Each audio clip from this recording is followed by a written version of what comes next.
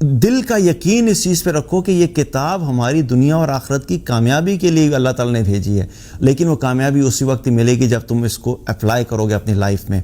اور یہ کتاب ایسی کتاب ہے کہ جو تمہارا ساتھ مرنے کے بعد بھی دے گی. دنیا کے سارا علم اگر تم حاصل کر بھی لوگے، مینجمنٹ کی بکس پڑھ لوگے، آئی ٹی کی بکس پڑھ لوگے، فائنینس کی بکس پڑھ لوگے، کچھ بھی پڑھ لوگے، جس دن تم دنیا سے جاؤ گے تمہارے وہ سارے سکلز وہیں پہ ختم ہو جائیں گے. کوئی کتاب تمہارے ساتھ قبر میں تمہارا ساتھ نہیں دے گی، قیامت کے دن تمہارا ساتھ نہیں دے گی. کہیں پہ تمہیں یہ نہیں ملے گا بھئی یہ بہت بڑا جو بڑا انجینئر تھا وہ ذرا آج ادھر آ جائے، جو بڑا ڈاکٹر تھا وہ ادھر آ جائے. قبر کے اندر بھی یہ کتاب جو ہے تمہارا ساتھ عطا فرمائے گی. جب قبر کے اندر جو ہے وہ عذاب ہوگا بہت سارے لوگوں کو، لیکن حدیث میں کیا پتہ لگتا ہے کہ جو شخص سورہ ملک پڑھتا ہے رات کو سونے سے پہلے، اللہ تعالیٰ اس کو قبر کے عذاب سے بچا لیتا ہے. تو سورہ ملک کہاں پہ ہے؟ قرآن کے اندر ہے نا، قرآن کی صورت ہے، کوئی مینجمنٹ کی بک کے اندر تو نہیں ہے. تو یہ قرآن قبر کے اندر بھی تمہاری حفاظت فرمائے گا. اور بہت سارے کچھ احادیث میں یہ پتہ لگتا ہے کہ یہ روشنی کی صورت میں آئے گا، کہ خوبصورت انسان کی شکل میں آئے گا، اور انسان قبر میں حیران ہو جائے گا کہ یہ کیا ہے. تو کچھ جگہ پتہ لگتا ہے کہ وہ اس کے نیک اعمال ہوں گے، اور کہیں پہ یہ ہوتا ہے کہ وہ قرآن جو ہے وہ ایک خوبصورت انسان کی شکل میں آ کے انسان کی پروٹیکشن کرے گا، قبر کے عذاب سے بچائے گا. پھر یہ قرآن تمہارا ساتھ صرف قبر تک نہیں ہے، یہ قرآن تمہارا ساتھ قیامت والے دن بھی دے گا.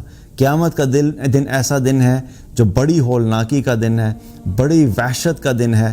انسانوں کے دل اور جگر جو ہے، کلیجے جو ہے وہ منہ کو آنے والے ہوں گے.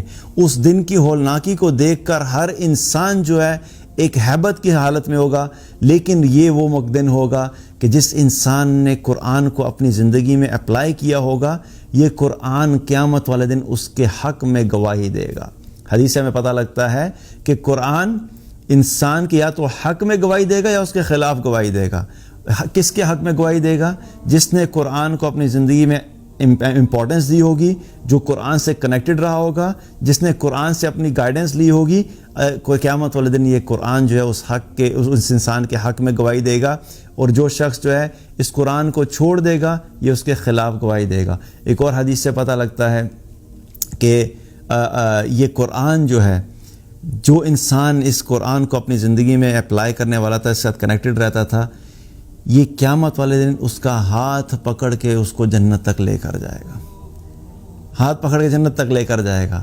اور جس انسان نے اس قرآن کو چھوڑ دیا ہوگا، یہ قرآن اس کو جہنم تک لے کر جائے گا. So we have to understand the importance of this book. یہ کتاب صرف اس لیے نہیں ہے کہ قاری صاحب آ جائیں گے تو ہم نے 10 منٹ پڑھ لیا تو بس چلیں جی ہم نے کمال کر لیا. اپنے دل کے اندر اس کتاب کی عظمت پیدا کرو، اپنے دل سے اس قرآن کو پڑھنے کی جو ہے امپورٹنس کو سمجھو، کیونکہ یہ ہماری ساری زندگی کے لیے ہے. یہ صرف ابھی سیکھ لیا. والدین اکثر کیا کرتے ہیں؟ والدین کہتے ہیں بس جی ہم نے اپنے بچوں کو قرآن پڑھا دیا، ختم کروا دیا، 2 دفعہ کروا دیا، 3 دفعہ کروا دیا، اور اس کے بعد والدین کہتے ہیں جی ہم سرخرو ہو گئے. ٹھیک ہے، والدین کی رسپانسبلٹی ہے کہ اپنے بچوں کے لیے وہ راستہ بنائیں، ان کو فیسیلیٹیٹ کریں، لیکن at the end of the day کیا ہے؟ آپ لوگوں نے خود اس چیز کو کیری کرنا ہے. والدین ساری زندگی آپ کو قرآن اپنے ہاتھ میں لے کے آپ کے پیچھے بھاگتے نہیں رہیں گے. آپ کو صرف ایک آئیڈیا دے دیا جائے گا، آپ کو راستہ دکھا دیا جائے گا کہ بیٹا دیکھو یہ وہ قرآن ہے جو تمہارے لیے امپورٹنٹ ہے، اس کو سیکھو. اور الٹیمیٹلی کیا ہے؟ آپ کی اپنی ایفرٹ ہے کہ آپ اس کو کتنا لے کے چلتے ہو. اور یاد رکھنا کہ زندگی میں کچھ بھی ہو جائے، کوشش کرو کہ روزانہ قرآن کا کچھ حصہ ضرور تلاوت کیا کرو، روزانہ کی بنیاد کے اوپر. یہ ہمارے لیے ایسے ہی ہے کہ جیسے آکسیجن ہے، یہ ہمارے لیے ایسے ہی ہے کہ جیسے پانی ہے، یہ ہمارے لیے ایسے ہی ہے جیسے کھانا ہے.